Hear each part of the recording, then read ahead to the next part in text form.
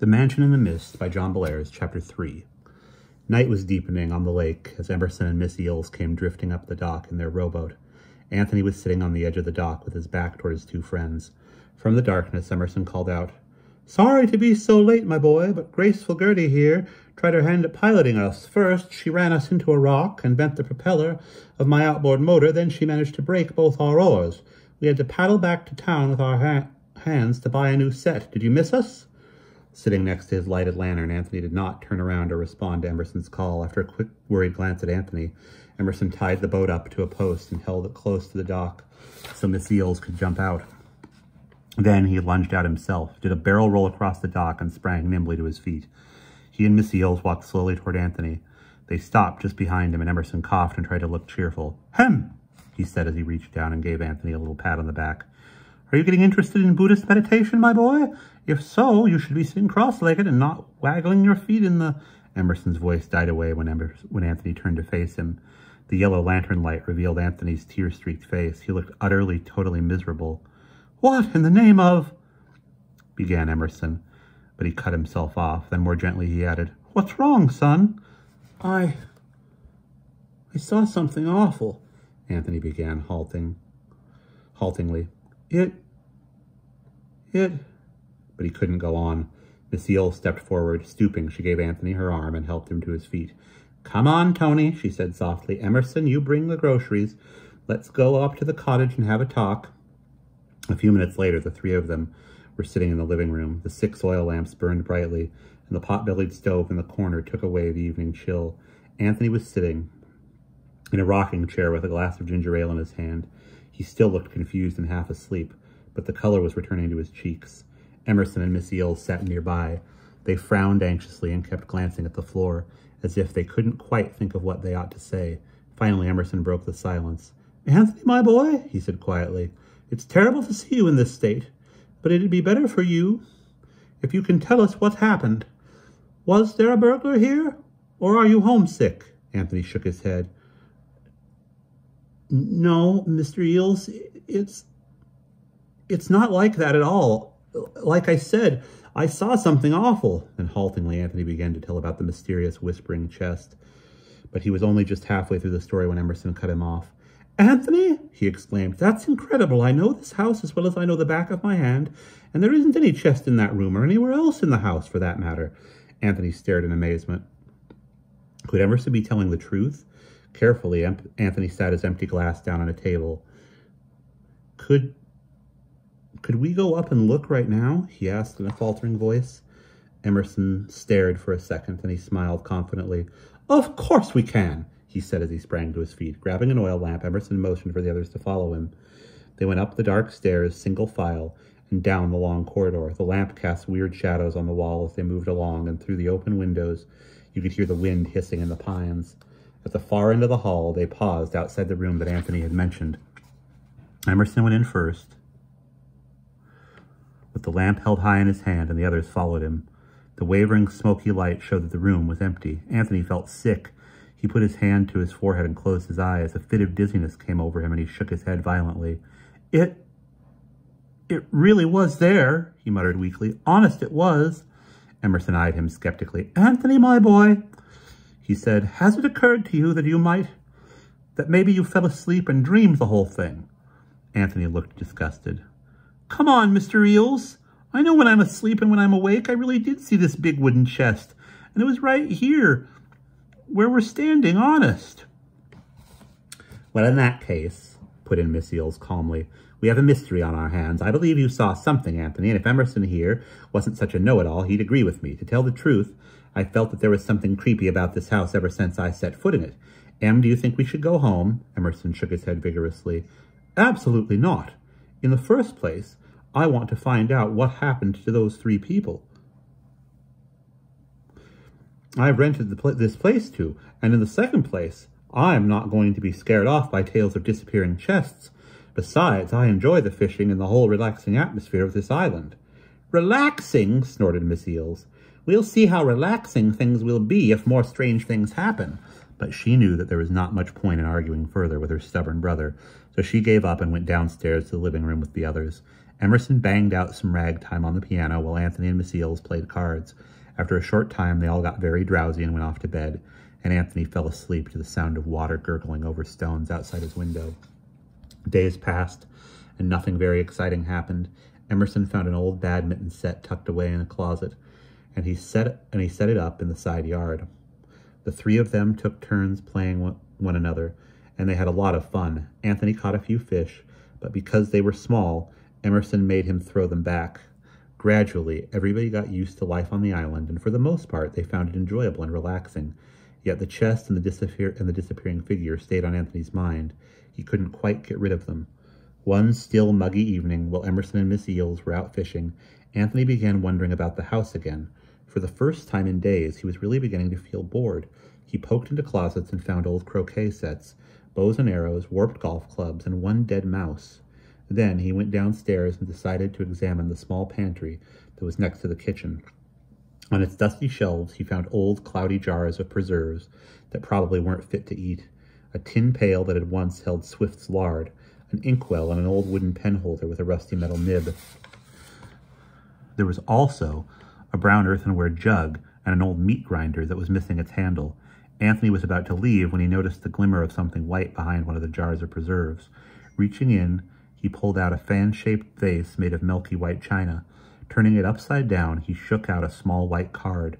It was covered with dust, but when he had blown the dust away, Anthony saw that there was writing on the card in copper-colored ink. It took him a while to figure out what the handwriting said, but finally it became clear. The password, Ero est locus in quo conflatur, and the greatest clue of all is in the Temple of the Winds. Anthony stared at the card. He hardly knew what to think. What could this mean? Password? Password for what? He didn't know Latin, so he couldn't have the faintest idea what the mysterious phrase meant, and the second sentence was pure gibberish as far as he was concerned. Nevertheless, puzzles fascinated Anthony, and he took the card away with him. He would show it to Emerson and see if he could make anything out of it. Later that afternoon, when Emerson and Miss Eels came back, Anthony showed them the card. Like Anthony, Emerson had trouble with the handwriting, but he figured it out eventually. With a little shrug and an odd smirk, he handed the card back to Anthony. "It's as clear as mud," sighed Emerson. "The Latin phrase is from the book of Job in the Bible. It means there is a place for gold where it is gathered together. Good news for prospectors, I suppose, but not very helpful to anyone else. As far as the second phrase, I have to agree with you. It's utterly meaningless. At one time, rich people owned vast estates, and they built little ornamental buildings on the grounds, just to pretty things up. Sometimes the buildings had names like Temple of the Winds. But we don't have anything like that here. You know what I think? Some people who were vacationing here long ago played charades at night, and these were two of the phrases that people had to act out. And when you consider the Latin phrase, they were probably a bunch of professors. I wouldn't spend any time mulling over the card if I were you, Anthony. You'll just be driving yourself buggy over nothing, and not a clue to help you find a gold mine or anything like that. Tear it up and sleep well tonight." Anthony nodded politely to Emerson and stuck the crumpled card in his pocket. In his heart, he was not convinced by Emerson's wonderful explanation, but he didn't feel like arguing. The rest of the day he spent playing badminton and pinochle and arguing over baseball trivia. After the sun went down, the three campers sat in rocking chairs on the front porch and watched the twilight deepen over Shadow Lake and the stars come out. An ominous silence spread over the water, and in the west a dark thunderhead was rising. "I think a storm is coming," said Emerson as he puffed his meerschaum pipe, "and I'll bet it's going to be a real gully washer." "You're such a great weather forecaster," said Mrs. Eels. "You ought to be on television." "Isn't she wonderful, Anthony?" Emerson chortled. "And to think, I've had to put up with her for more than 60 years. It's a wonder I haven't turned into an axe murderer or a mad strangler." "There's still time," muttered Miss Eels, and then she burst into a fit of giggles. Throughout all this kidding, Anthony sat in stony silence. He was thinking of the mysterious disappearing chest. What if it returned to the empty room tonight? He hoped that it wouldn't. He really didn't want to see the thing again, ever. The trouble was, he couldn't get the chest out of his mind. It was burning a hole in his brain. What was it for? Did the password have anything to do with it? Every time he asked himself these questions, his head ached. The stormy darkness on the lake deepened A jagged streak of lightning split the sky, and thunder rumbled in the distance. A cold wind began to blow, and the three campers went inside for more pinochle. Miss Eels had baked some peanut butter cookies in the oven of the old iron cook stove, and they were delicious. Everybody guzzled ginger ale, talked a lot, argued over points, and had a good time. Finally, the old shelf clock in the kitchen wanged 11 times, and everyone began to yawn. "Well, I guess it's sleepy time," sighed Miss Eels. She gathered the cards together and stacked them neatly in the middle of the table. "There's one thing, you know, that's good about roughing it in the wilderness. If a storm hits, it can't knock out your power, because there isn't any." "You always see the bright side of things," sniffed Emerson. "Next year, I am going to have a generator installed up here. It won't be picturesque, but at least we won't ruin our eyes trying to read by oil lamplight." One by one, Emerson, Miss Eels, and Anthony made their way to the table at the foot of the stairs. On it were 3 candles in brass holders and several small boxes of matches. Everyone lit a candle and plodded wearily off to bed. But when Anthony got to the door of his room, he felt wide awake and tense. He sat down on the edge of his bed and tried to calm his beating heart. But in spite of all his efforts, he still felt as if he were ready to jump out of his skin. What was he so worked up about? And then it hit him. The password, the Latin phrase he had found in the old dusty vase. What was in it? He had an idea now, a strange and fascinating idea. When he knelt over the old wooden chest in the back room, he felt that the swirling mists held a doorway to where? He had no idea where, but if he did know that a password could unlock a door, at least this was what the ancient tales said. But he did know that a password could unlock a door, at least that is what the ancient tales said. All right then, what if?